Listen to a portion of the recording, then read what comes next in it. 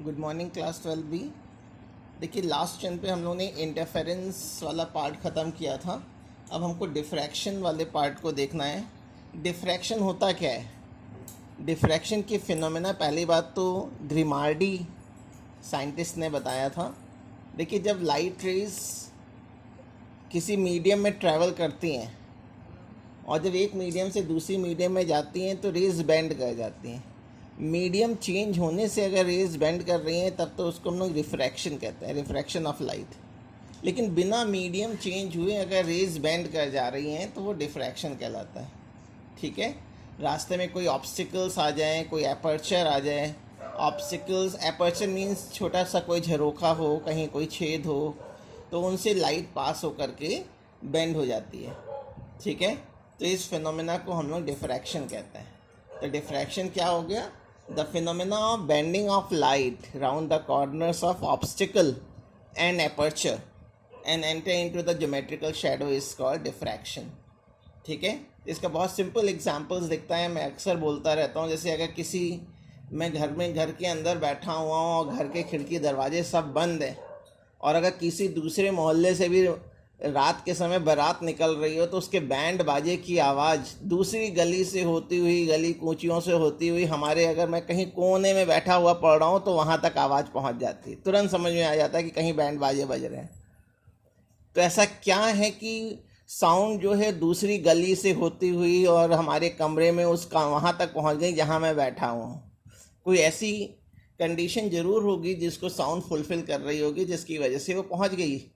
जबकि जब हिंदुओं में जब बारात निकलती तो उसके साथ लाइटिंग भी चलती, उसकी रोशनी नहीं कमरे तक आती है लेकिन साउंड हमारे कान तक पहुंच जाती है। तो ये जो फिनोमेना हुई है कि दूसरे रास्ते से रास्ते में ऑब्स्टिकल से टकराई, पेड़ से टकराई, दरवाजे खिड़कियों से टकराती हुई हम तक पहुंच गई, तो ये जो फिनोमेना है इसी को हम लोग डिफ्रैक्शन कहते हैं।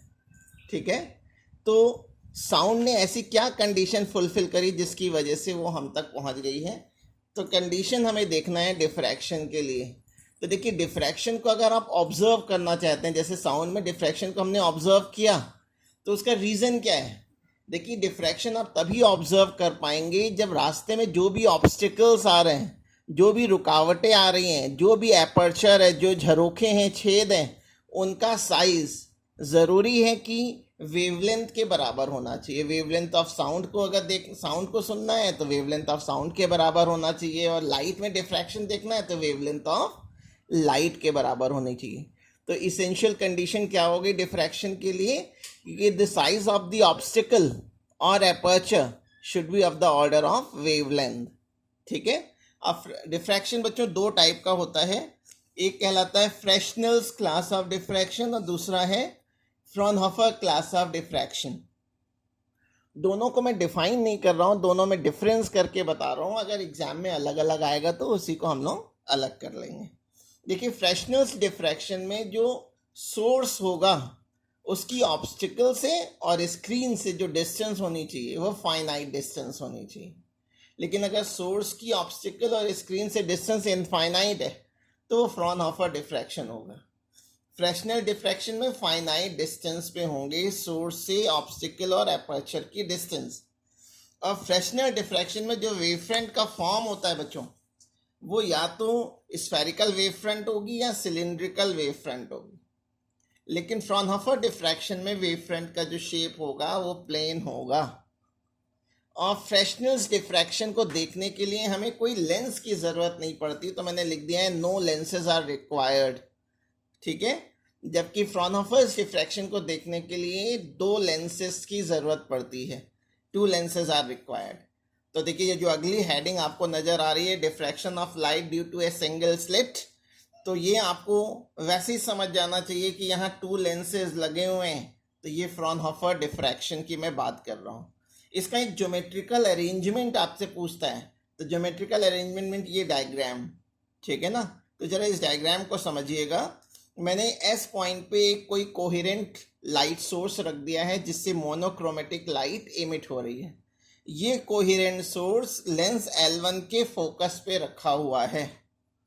और आप फोकस की डेफिनेशन जानते हैं, फर्स्ट फोकस की डेफिनेशन की फर्स्ट फोकस से चलने वाली रेज रिफ्रैक्शन के बाद पैरेलल हो जाती हैं, तो ये रेस पैरेलल जा रही हैं और इन पैरेलल रेस के परपेंडिकुलर जो सरफेस होगा जिस पे सारे पार्टिकल सेम फेज में होंगे और सभी की वेलोसिटी सेम होगी, वो वेवफ्रंट कहलाती है।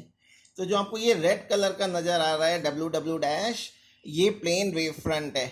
जब रेज आगे जाती हैं तो यहाँ एक एपर्चर बना दिया है। एपर्चर, जो रेस किसी से नहीं टकराएंगी तो वो तो स्ट्रेट चली जाएंगी और लेंस L2 पर इंसिडेंट होगी।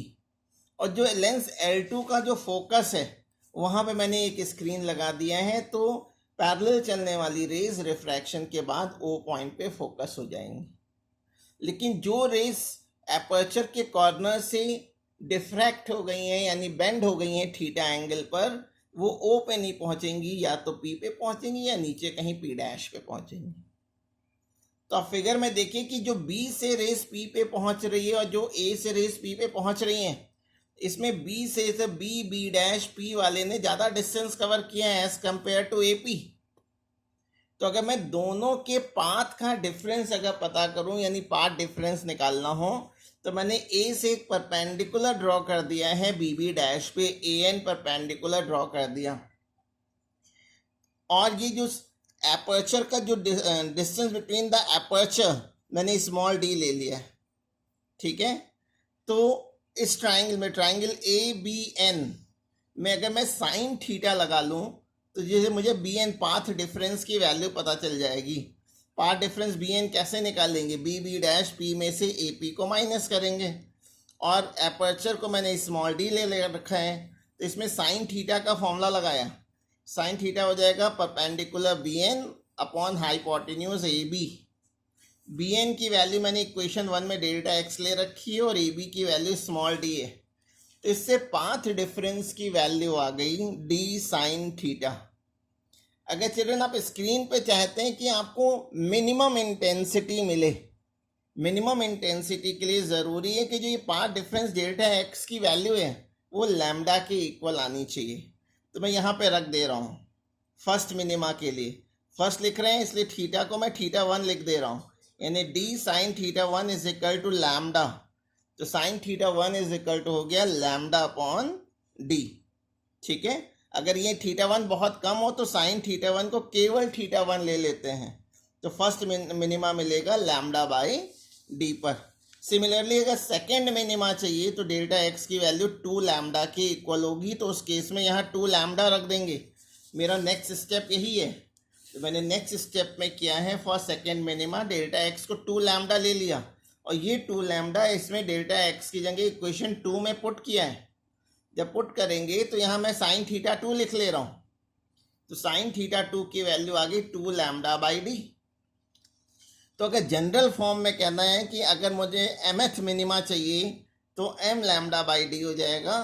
और फिगर में दिखा रहे हैं, देखिए यहाँ लैम्डा बाई डी पे first minima, 2 lambda by D पे second minima, 3 lambda by D पे थर्ड मिनिमा मिलेगा। और most of the light centre वाले पार्ट पे जाकर फोकस होती है, O पॉइंट पे फोकस होती है, इसलिए सेंटर पे इंटेंसिटी सबसे ज़्यादा होगी, यानी प्रिंसिपल मैक्सिमा होगा। ये मैक्सिमा मीन्स मैक्सिमम इंटेंसिटी, ठीक है। अलोंग एक्स एक्सिस मैंने एंगुलर डिस्प्लेसमेंट थीटा को दिखाया है और अलोंग वाई एक्सिस इंटेंसिटी को दिखा रखा है। इसको कहते हैं फर्स्ट मिनिमा, इसको सेकेंड मिनिमा। ये है प्रिंसिपल मैक्सिमा या सेंट्रल मैक्सिमा। प्रिंसिपल मैक्सिमा के दोनों तरफ का जो नेक्स्ट मैक्सिमा है उसको बोलते हैं सब्सिडरी मैक्सिमा। और अगर सब्सिडरी मैक्सिमा के लिए फॉर्मूला देखें तो m plus half lambda by D होता है, ठीक है। इसके बाद आपको इंटरफेरेंस और डिफ्रैक्शन में डिफरेंस पढ़ना है, वो उसको नेक्स्ट टर्न पे देखेंगे।